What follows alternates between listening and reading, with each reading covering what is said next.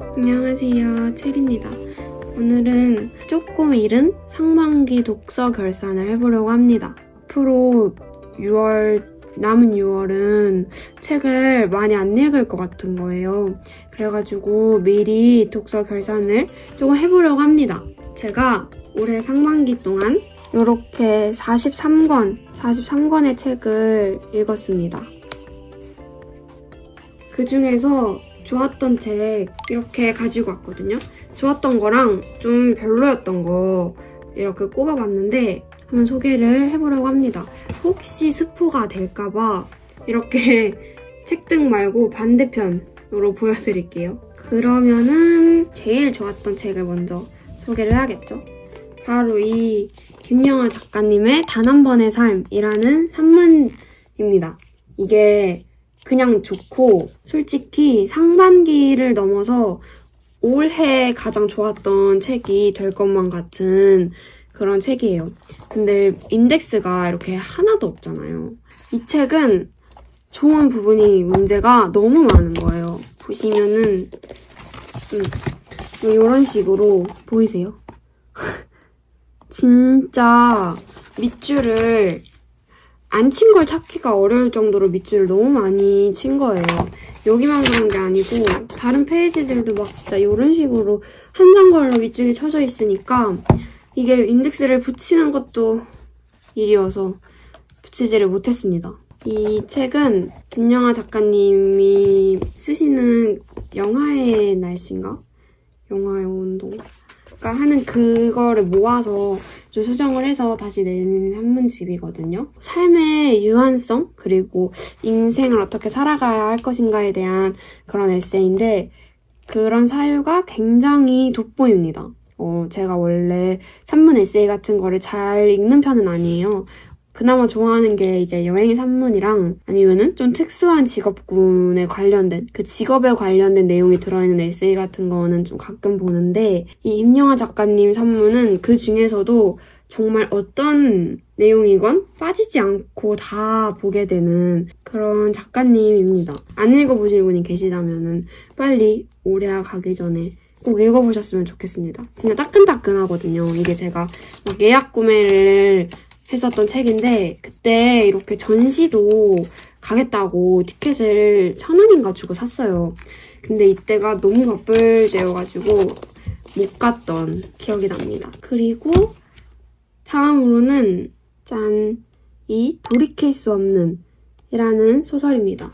이거는 반전이 진짜 대박입니다. 다 읽고 나서는 진짜 결말을 모르던 때로 돌아가고 싶은 느낌이 들어요. 돌이킬 수 있는 이 제목인데 이 책을 읽은 나는 돌아갈 수가 없는 그런 책이거든요. SF 추리소설인데 이게 줄거리를 조금 설명을 하자면 주인공 윤설이가 있고 되게 촉망받는 신입 수사관이에요. 근데 부패경찰 서영우를 만나게 되고 그러면서 둘이 같이 어쩌다 보니까 같이 일을 하게 돼요. 그러면서 엄청난 범죄 조직을 건드리게 됩니다. 바로 B1이라는 조직인데요. 그 조직과 얽히면서 이제 윤설이가 대형 싱크홀이 발생됐던 폐쇄된 유령 도시에 들어가는 임무를 수행하게 돼요. 아무도 그 폐쇄된 곳은 들어가려고 하지 않고 들어갈 수도 없어요. 왜냐면 싱크홀이 계속해서 발생한다는 뭐 그런 게 있어가지고. 그랬는데 이제 거기서 초능력을 사용하던 사람들을 만나게 됩니다. 처음에 건드리게 된 조직은 B1이고 그 초능력을 가진 사람들이 그 B1과 바로 대척점에 있는 경선산성이라는 곳에 포함된 사람들이거든요. 그곳의 수장인 정여준과 2인자 이찬과의 첫 만남을 그 싱크홀에서 이루어지게 됩니다. 여기까지만 들어도 엄청 재밌어 보이지 않나요, 이미? 뭔가 저는 이런 조직물, 그리고 좀 적당한 초능력물 이런 걸 되게 좋아해서 엄청 좋았는데 이 뒤로 진짜 엄청난 반전들이 있어요. 여기가 진짜 여기서부터가 찐입니다. 진짜 말은 못하지만 일단 참고 읽으시면 아 여기구나 하는 지점이 딱 옵니다. 진짜 바로 막 몸에 소름이 돋는 그런 지점이 딱 와요. 그래서 꼭 끝까지 읽어보셨으면 좋겠고 이 책을 저도 친구의 추천을 받아서 읽었어요. 그래서 소설 다 읽고 이 가상 캐스팅 생각을 하며 몰입을 하면은 여운이 엄청 휘몰아치는 그런 책입니다. 도파민에 절여진 분들 무조건 좋아하고 그거 아니더라도 그냥 다 좋아할 것 같아요. 아무튼 그렇고요. 그리고 다음 책은 GV 빌런 고태경이라는 책입니다. 이 책도 도서관에서 빌려봤어요.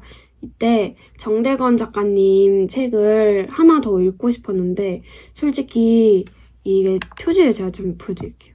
이런 표지거든요. 저한테는 이런 제목이나 표지가 좀 유치해 보이는 거예요. 그래서 좀 망설여졌는데 도서관이니까 일단 책 산책 시키는 느낌으로라도 읽어보자 해가지고 가지고 와서 읽었는데 딱 펼치자마자 제가 시네필을 되게 좋아하거든요. 뭔가 영화 자체를 좋아한다고 말하기에는 좀 아직 좀 이른 것 같고 그러기보다는 좀 시네필 소재, 시네필 이야기 자체를 되게 좋아하는 편인데 이거 볼 때 멜로무비가 했었어요. 그래서 그것도 진짜 재밌게 보고 이 책도 되게 재밌게 봤던 기억이 있습니다. 이 소설은 주인공이 초록사과라는 영화를 보고 감독의 꿈을 키웠는데 그렇게 성공한 감독이 되지는 못했어요. 그러다가 자기가 예전에 했던 단편영화 GV를 되게 오랜만에 했는데 막 거기서 바로 이 GV 빌런 고태경이라는 사람이 이 주인공에게 되게 좀 예민하거나 아니면 대답하기 어려운 그런 질문을 한 거예요. 그래서 순식간에 그 GV 분위기가 막 쌓여지고 그래가지고 그 장면이 유튜브에 올라갔는데 그게 화제가 되고 댓글에 이 남자 그 남자잖아 이러면서 막 평소에도 막 빌런 짓을 하고 다녔다는 거를 알게 돼요. 그러면서 주인공이 그 남자한테 조금 관심이 생기게 된 거예요. 어쨌든 나를 불쾌하게 했고 당황시켰고 궁금하기도 하고 그래서 관심이 생겨서 했는데 알고 보니까 그 사람이 자기가 좋아하던 그 초록사과라는 영화의 조감독이었던 거죠. 보다 보니까 다큐멘터리로 촬영을 하고 싶다는 생각이 들어서 그 고태경을 설득하고 촬영을 해보고 이런 내용을 담고 있습니다. 이거 엄청난 사건이 벌어진다고 하긴 조금 그런데 자신의 실패, 상처, 그리고 꿈을 다시 마주하고 그 꿈을 간직한 채 살게 되는 그런 주인공이 진짜 너무 좋고 응원하게 돼요. 진짜로 이런 내용이 저는 좀 좋은 것 같아요. 그래서 막판에는 좋은 문장이 정말 너무 많거든요. 비싼 수업료 치른 거로 생각해. 실패도 못 해본 사람들이 수두룩해. 실패에 자부심을 가져. 이런 것처럼 실패를 두려워하지 말라는 얘기. 삶에서도 확신을 가지고 오케이를 외친 순간들이 드물게 있었다. 무언가가 좋다는 감정, 누군가를 좋아하는 감정을 느끼는 순간들. 사람들은 그래서 무언가를 혹은 누군가를 사랑하는 게 아닐까? 태어나길 잘했다는 생각이 들 만큼 불확실한 생에 확신이라는 것을 가져보고 싶어서. 삶은 엉터리고 대부분 실망스러운 노굿이니까 사람들은 오케이 컷들만 모여있는 영화를 보러 간다. 우리가 영화 같다, 영화 같은 순간이다 라고 하는 것은 엉성하고 지루한 일상 속에서 오케이를 살아보는 드문 순간인 것이다. 이런 것들. 뭔가 영화를 좋아하는 사람으로서. 그리고 이 작가님이 그 영화 관련된 일을 예전에 하셨던 것 같더라고요. 제가 이거 읽고 너무 좋아서 I Tinder You 그것도 읽었었는데 좋았습니다. 개인적으로 급류는 그렇게까지 제 스타일은 아니었고 급류를 읽었는데 막 사람들이 좋다고 한 것만큼 좋진 않았어. 막 눈물이 나고 막 요운에 빠져서 막 그 정도는 아니었어. 하신다면은 이런 쪽 한번 읽어보시면은 좋을 것 같아요. 저한테는 좀 작가님에 대한 새로운 발견이자 굉장히 좋은 문장들을 많이 본 그런 책입니다. 그리고 비슷하게 따뜻했던 소설인데요. 이 구병호 작가님의 한 스푼의 시간이라는 책입니다. 이 책은 아내와 사별하고 외국에 나간 아들마저 죽은 세탁소를 운영하는 중년 남성과 그의 아들의 유품처럼 도착한 상자에 들어있는 17세 소년의 모습을 한 인공지능 로봇에 대한 이야기입니다. 일단 작가의 말부터 읽고 들어가야 돼요. 이 구병호 작가님 책들이 리커버되면서 이런 식으로 친필 작가의 말이 새롭게 생겼거든요. 한 스푼의 시간에 발간 준비를 하던 도중 인류 알파고 세기의 바둑 대결이 벌어졌던 게 엊그제 같은데 어느새 세상은 챗GPT와 미드저니 등 날마다 한계를 갱신하는 인공지능을 갖게 되었습니다. 변화의 속도를 따라잡기에도 턱없이 부족한 시절에 동네 세탁소 로봇의 소박한 이야기를 오래도록 찾아주시고 읽어주셔서 감사드립니다. 눈부신 발전의 항복판에서도 저마다 잊지 못할 소중한 한 줌의, 아니 한 스푼의 시간을 간직하셨으면 하고 바랍니다. 고맙습니다. 말이 너무 좋지 않나요? 이런 내용에 대한 책이에요. 작가의 말을 너무 잘 쓰셨어. 이 로봇이 은결이라는 이름을 가지고 있는데 인간하고 비슷하게 생각하려고 노력하는 로봇이에요. 심지어는 얘는 로봇이잖아요. 근데 오래된 기종의 로봇이기도 하고 부품을 교체해줄 회사가 망했어요. 그래가지고 교체를 할 수가 없으니까 고장과 노화를 겪어야 되는 거예요. 고장이 나면은 뜯어 고칠 수가 없고 인간이랑 똑같이 막 그런 걸 겪어야 되는 로봇인 거죠. 이 설정 자체가 로봇을 되게 인간처럼 보이게 해주잖아요. 그래서 이런 삶의 아픔과 상실, 그리고 그 사이의 성장, 삶의 소중함 이런 거를 굉장히 잘 드러내는 소재입니다. 내가 이 세탁소가 있는 골목에서 뛰어놀아본 적이 있는 것 같은 느낌이 막 드는 거예요. 이게 구병호 작가님의 진짜 최고 능력이라고 저는 생각을 하는데 무슨 책을 읽어도 내가 그 자리에 있는 것 같아요. 막 개인적으로 이렇게까지 장면 묘사가 잘 되고 눈앞에서 진짜 바로바로 영상화가 되는 작가님이 몇 없는 것 같거든요. 이렇게 이게 문장의 길이가 길어서 힘들다는 얘기가 되게 많잖아요. 구병호 작가님이.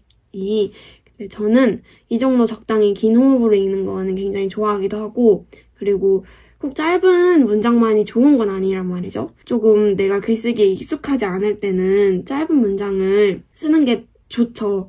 그래야지 비문도 적고 전달도 잘 되고 하니까.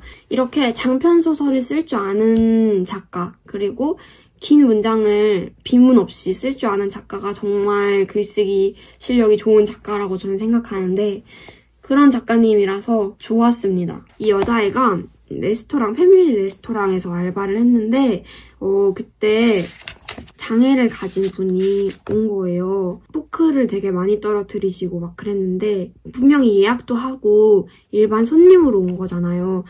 그 레스토랑에서 이 사람을 내쫓을 이유 같은 거는 없잖아요. 근데 매니저가 내쫓으라고 한 거죠. 다른 사람들한테 방해가 되니까. 보고 있는 것만으로도 불편하고 불쾌하고 그런다는 거예요. 그래서 그 말을 듣고 그렇게 해야 되는 이 일화가 있는데 이거는 내쫓는 건 아닌 것 같다는 생각을 한 여자가 매니저한테 그러면 안 되지 않나 라는 식의 말을 해요. 그랬더니 매니저가 되게 말도 안 되는 걸 묘하게 마치 틀린 데 없는 것처럼 포장을 해가지고 그럴듯하게 말을 하거든요. 근데 이게 완전 우리 사회의 축소판 같은 게 누구도 경계를 나눌 자격이 없으며 배려는 베푸는 게 아니라 그저 실행하는 것이어야 하는데도 내 마음과 내 인식이 거기까지 따라주지 못했고 나는 그저 그럴듯한 제스처를 취했을 뿐이라는 사실을 그 자식이 정확하게 짚어낸 거였어.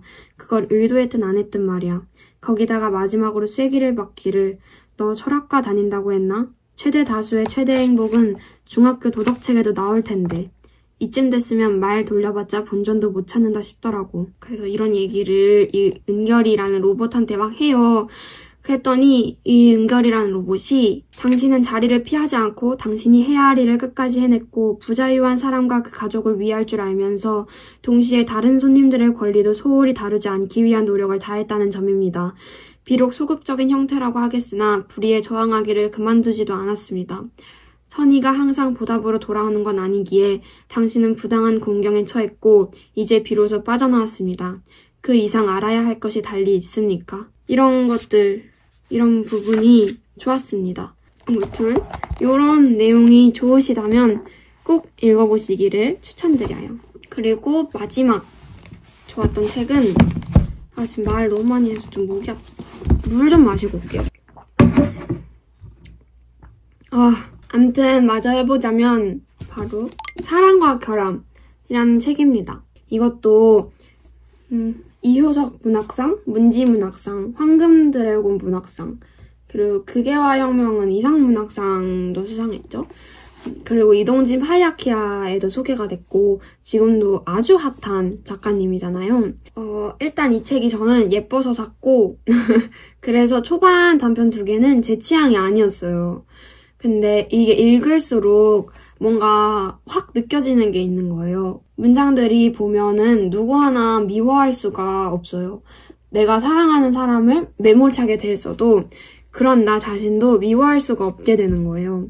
왜냐면은 사랑과 결함은 이렇게 제목처럼 같이 가는 거거든요. 인간은 다 사랑과 결함이 있고 그 결함마저 사랑할 수밖에 없다는 얘기가 담겨있는 단편집인 것 같아서 저는 굉장히 울림이 있게 다가왔습니다. 단편집이라는 게 가장 대표작을 이제 이 책 제목으로 쓰잖아요. 근데 왠지 모르게 이 책은 이 사랑과 결함이라는 말이 모든 단편에 담겨있는 느낌이 드는 거예요. 그래서 되게 좋았고 연결성도 있다고 느꼈고 그런 좀 인간에 대한 그런 사랑과 결함에 대한 그런 문장들이 좀 있어서 읽어드리면 나는 아직도 그 사랑의 정체가 무엇인지 모른다. 그리고 그 사랑과 결함이 나를 어떻게 구성했는지도. 어쩌면 한 사람의 역사를 알면 그 사람을 쉬이 미워하지 못하게 되지 않을까.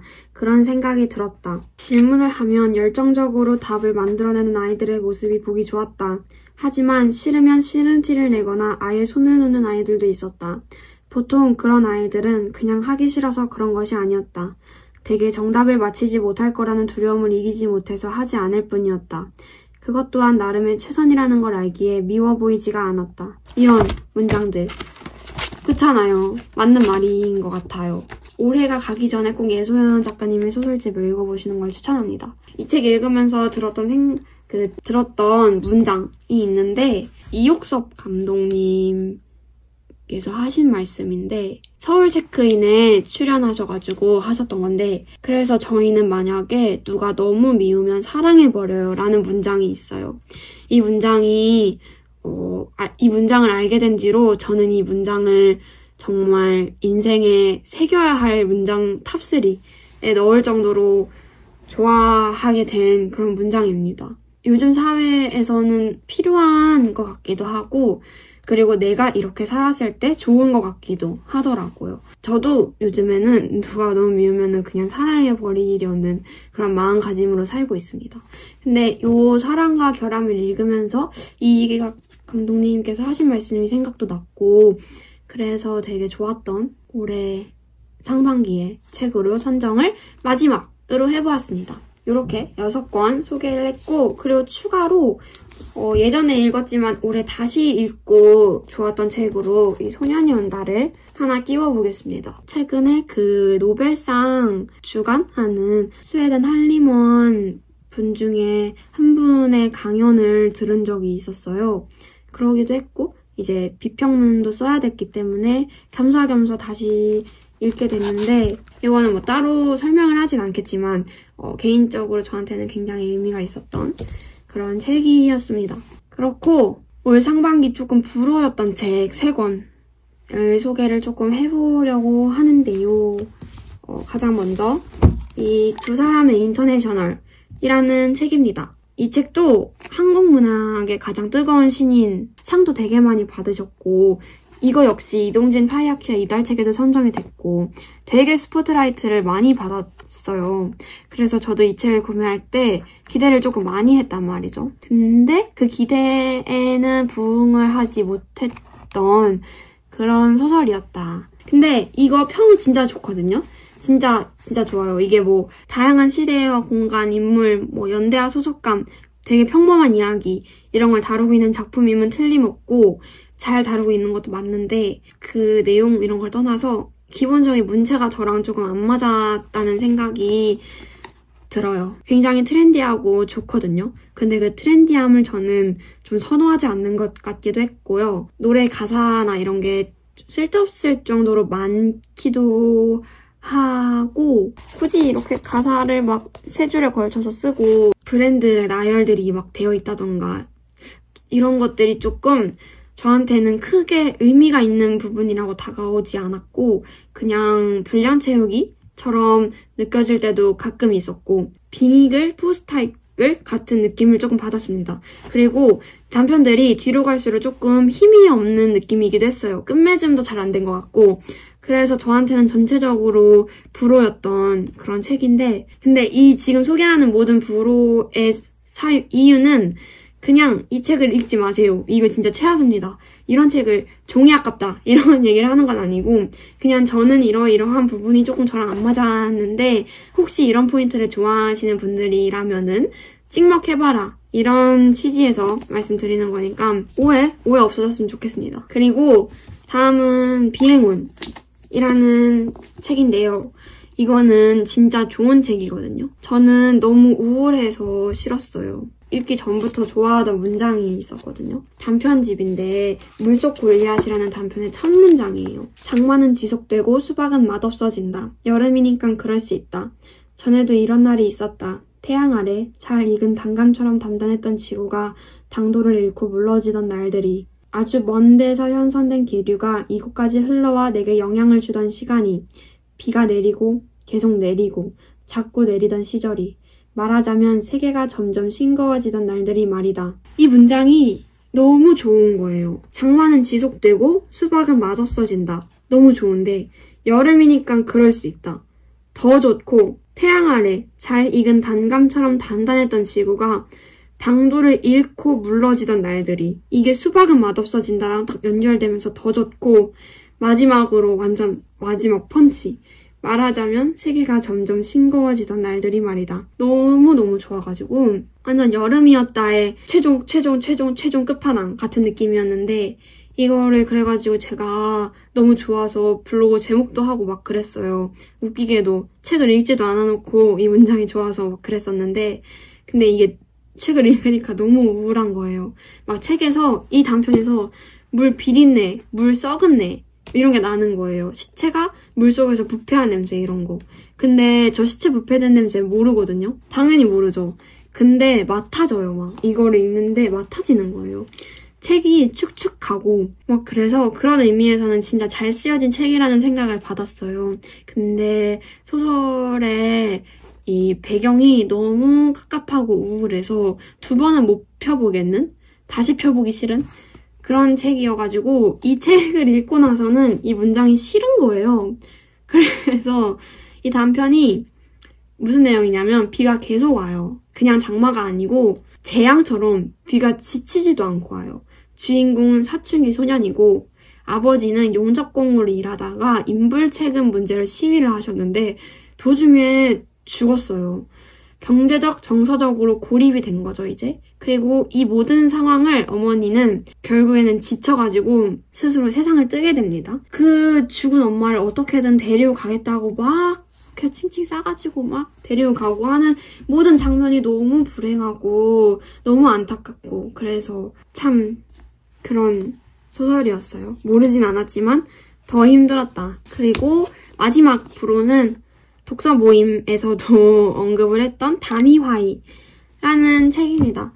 제1회 독서 모임 선정 도서였는데 이게 그 당시 신작이어서 구매를 했고 독서 모임 영상은 이쪽에 달아둘 테니까 한번 관심이 있다면 봐보세요. 이제 2회를 해야 되는데 왜 이렇게 현대인들 바쁜지 모르겠어요. 시간 맞추기가 참 힘듭니다. 그래서 이 책은 세상이 갑작스러운 재앙으로 멸망한 뒤 모든 사람이 시체가 되어 좀비처럼 걷는 디스토피아 세계관을 가지고 있어요. 이 재앙 속에서 유일하게 살아남은 두 인물 담과 화이는 도태남녀거든요. 여기 도태남녀라고 써있어요. 이게 그러니까 사회적 낙오자라는 뜻이죠. 그런 주인공들을 내세워서 인간관계의 본질, 미움과 혐오 이런 것들을 드러내는 작품이라고는 해요. 이유리 소설가님께서 추천사를 써주신 거를 보면 이 책을 펼쳐든 독자에게 기쁘게 권하고 싶다. 한번 마음껏 찜찜해보라고. 그런 뒤엔 그 찜찜함을 똑바로 마주보라고. 그 너머에 있는 것이 들여다 보일 때까지 하수구를 헤매면서. 왜 나한테 이걸 기쁘게 추천할까? 라는 생각이 좀 드는데 이게 그러니까 뭘 말하고 싶은지 알겠거든요. 남자는 하수도 준설원이고 여자는 백화점 지하주차장 안내요원을 하고 있는데 이런 식으로 둘이 사회에서는 인정해주지 않는 그런 자본주의 사회에서는 인정해주지 않는 직업을 가지고 있다는 게 굉장히 시사하고 있는 바가 이미 시사하고 있는 바가 너무 드러난 셈이기도 하잖아요. 근데 이런 것들이 갈수록 퇴색되는 느낌? 둘이 소수자를 대변하고 있다는 거를 모르지는 않아요. 근데 그냥 그들의 성격적인 부분이 거의 역겨운 수준이고 응원하고 싶지도 않고 그 찜찜함 너머의 무언가를 보는 행위 자체가 초반에는 공감이 갔는데 갈수록 꿈보다 해몽같이 느껴질 정도로 그 너머의 무언가를 시사하는 어떤 게 분명히 조금이라도 드러나야 하는데 소설 중후반부터는 전혀 그런 걸 모르겠어서 별로였습니다. 개인적으로 그래서 조금 불호였고 짠! 이렇게 상반기 독서 결산을 마쳐봤는데요. 지금 1시간이 넘어가고 있거든요. 말을 뭘 이렇게 많이 했는지. 독서 결산이라는 거를 제가 영상으로는 처음 찍어보는데 이렇게 찍는 게 맞는 거겠죠? 그러면은 다음에는 아마 도서점 브이로그가 되겠죠? 다들 어떤 부스 먼저 가실 건가요? 저는 시험 기간에 공부하다가 공부하기 싫으면은 부스 배치표 막 보고 사고 싶은 책 리스트업하고 그랬거든요. 저는 일단은 무제출판사를 가보려고 합니다. 그러면은 가보도록 하겠습니다. 안녕!